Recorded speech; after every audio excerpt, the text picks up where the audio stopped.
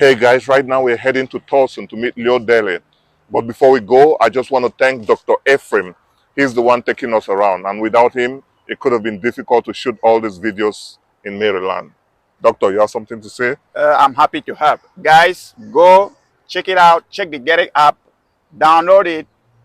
Order your sweet soya, kati kati, and all the African dishes around. Gerek Food app. That's the next big thing around. Stay tuned.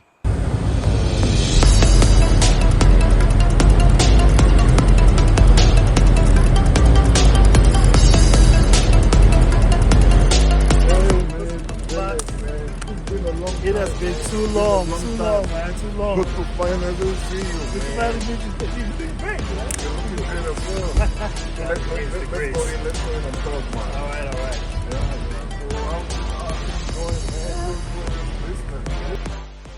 This is Iwing Marketplace highlight, and we are in Tulsa. Did I pronounce it well? Tulsa. We're in Tulsa with Leo Ndelle.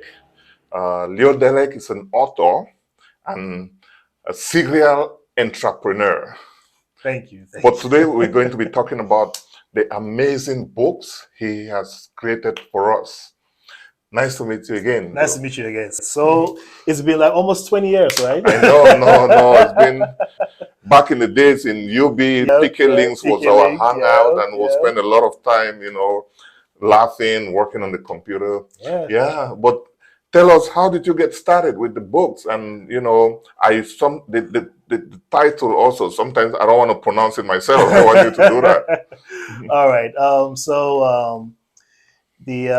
It was just mainly a collection of ideas over that I had accumulated over a long period of time. Mm-hmm. I am an avid researcher. I read a lot. I listen to a lot of videos and podcasts, and I thought it would be wonderful to finally see one of my dreams come to reality, meaning that I wanted to make my dream come to reality. And so one day during work, I just decided, I was like, I've always been like, I want to write a novel. Mm-hmm. So let me go ahead and start. And that's how I started. The initial plan was to write a trilogy. Wow. But as I started writing, I realized that there was going to be a book 4. Mm-hmm. And by the time I got to the second book, I realized that there was going to be a book 5. Wow. So it's a 5 novel series right now, titled The Soulless Ones. Wow. How did you, why that name, and how did you come out with that, with that title? So The Soulless Ones, I settled on that title because that was going to be initially the title for book 1. Book 1, I was going to call it The Soulless Ones, Teardrops to Redemption. Mm. I hadn't yet had a name for the series. But as I started writing, I realized that no, let me give it a different title. So I gave it a different title, titled The Bright Eyes. This is it. Mm-hmm. That's book 1. So I titled it The Bright Eyes, and I decided to call the entire series The Soulless Ones because it's, first of all, a fantasy novel. It's fantasy fiction, mm-hmm. And it's not like, vampires, werewolves, or things. No, it's not that. It's not orcs and elves. It's not that. But it has different levels of existence, different planes and dimensions of creation, and different creatures in that dimension as well, ranging from angels, demons, certain creatures that I call and seraphim and cherubim, as well as other creatures that I won't dislodge right now. I'll let everyone go ahead and find out for themselves. Mm-hmm. It has a lot of action in it. Wow. Action, it has esotericism, it has mythology, it has spirituality, it has religion. It has a lot. Wow. It has a lot. So show us the other books. So this is book 2, titled Baiting. Oh, sorry, that's book 3. I gave you book 3. This is book 2, titled An Archangel's Ache. It's a partial sequel from book 1, Book 1 is mainly focused on Earth. Book 2 is mainly focused on the other plane of dimension where angels and demons dwell. Book 3 starts bringing book 1 and 2 together. So it's called Baiting the Beast. So I won't talk much about it. I won't divulge much. Book 4, it introduces a new set of creatures and probably my favorite character of the entire series. You'll find out why. And you find out that he's also involved in the previous books somehow. But this book in particular was the most difficult to write. Book 4, Celestial Crisis. It was the most difficult book to write. When I finished it, I had just 88,000 words. And there were many paragraphs and sentences in it that I would be like, I'll write something like, get back to this later. Insert character here, insert this here. So when I finished writing book 5, the final book of the series called The Cosmic Spark, I went back to book 4 and finished book 4 because I had the idea on how to finish book 4. And I'm probably mostly emotionally connected to book 4, but my favorite of all is book 5 because everything comes together. Wow, that's amazing. So, you have 5 series, 5 books. Yes. Are there more coming, or this is the last one? No, so more books. I have 3 series that I'm already working on. I have like 2 or 3 single novels that I'm working on. I have the storylines in my head. I just have to make the time to write. But this is, I mean, for the soulless ones, that's it. It's book 1 to 5. Nice. Yes. So I would like to get the inspiration. Like, how did you conceive all of this? Okay. I think the way I did it is, I have all these ideas, and before I start to write any book, I sit down and I write out what I call a skeleton. So in that skeleton, I'm like, chapter 1, this, chapter 2, this, chapter 3, this, like 1 or 2 lines. And until I have like a complete skeleton, I don't start to write. Wow. And while I have the skeleton, it only provides like a general direction. Because I always realize that when I start writing, I always deviate and I say to myself, this sounds better, this feels better. And sometimes I've moved things around to other books. I'm like, no, this portion would work better in this book.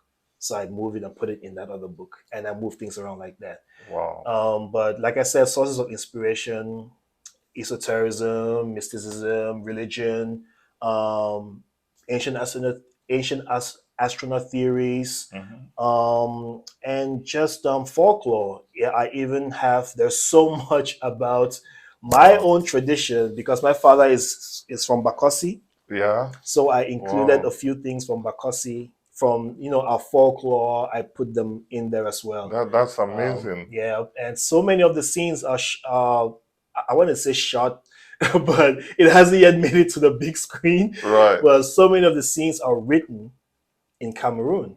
Are you kidding me? Yes. So because I know a lot of time when most readers, right, we don't really see books from back home. So we read stories that are not our experience. So what you're telling me is that this is more of our experience, like somebody grew up in Cameroon can see themselves. Yes. I do mention Limbe. I do mention Lake Maninguba, which is the twin lakes from my village. Yeah. I do mention Boya Mountain. Wow. Pasamoto. I actually do mention Efasamoto as well. Are you kidding me? Yes, this I is do. amazing. I do. Wow. Yeah, because one of the main characters, he is from Cameroon, born and raised in Cameroon. And he's like one of the top 5 characters in the book. Nice. So wow. So I know there are lots of people that have read this. For people that have not gotten the opportunity to have one of these, do you have something to tell them? Sure. So the books are available predominantly on Amazon in paperback version, Kindle, and also in audiobook version. So you can just either type my name on Amazon when you're searching for them, Leo Ndelle, all the books will come out. Or you can just type the Soulless One series, all the books will come out. But it's best if you type my name because it's more specific. It gives a more specific search. I'm probably the only one in the entire world who has this name, Leo Ndelle. Right. Especially on Amazon, right? Right. And why should people care? Why should people read this? People should, because it is guaranteed entertainment. And for those who have read it, I've had a lot of conversation, especially the guy in England who narrated the entire series on audibles. Right. After every book, he calls me and we have all these deep conversations. He's like, there are so many messages in this book. Wow. And we just talked for over an hour. Wow. And it's like, he's like, wow. And even my classmates who've read it and the friends and even strangers who've read it, they're like, how do you put all this together? Like, we could talk about this part of the book for days. Wow. We could talk about this part of the book for days. So it's really motivating. Wow. It's really motivating. So this is wonderful. And, you know, this is Iwing Marketplace Highlight, where we highlight African entrepreneurs, wedding vendors, authors, and everything Africa. So go on the platform and support small businesses. Check out Leo Ndelle. Make sure you get your copy. And this has been a wonderful conversation. It has been a wonderful conversation. Thank you so much. Thank you so much, brother. You're welcome. So, but before we, I don't usually ask this, and I want to incorporate this, you know, in what I do. Can you tell us a little bit about Tosin, living in Tosin, and what are the nice things to do around? I like this area. I love this area. It's not congested. Mm-hmm. Crime wave here is next to nothing. They have, I believe Towson has the second largest mall in Maryland. Towson Mall, second largest mall after Arundel Mills Mall. Wow. It's within driving distance to BWI because I travel a lot. Oh, nice. Probably that's why you chose this to live around here. Right, and I just love it. I love it. It has a wide diversity. Nice. You know, you have all kinds of people. Mm-hmm. It's a welcoming area. Nice. It's a welcoming area. So check it out, Towson, Maryland. Nice. Thanks all. Thank you all for watching, and please share the video. Please support our community, and we are out. Thank you so much. Out. The Bright Eyes, Part 1, Before the Beginning. He described himself, for those who needed a description, as a purveyor of purpose, and as such he had given himself a purpose. In this existence they, whoever they constituted, called him the scribe, an apprentice gone solo. He sought to express his identity in its fullness, especially now that creation transitioned across the cusp of a new vibrational pattern into a new perfect cycle. In this flicker in the dimension of time, his mission, his sole purpose for existing, held zero accommodations for failure.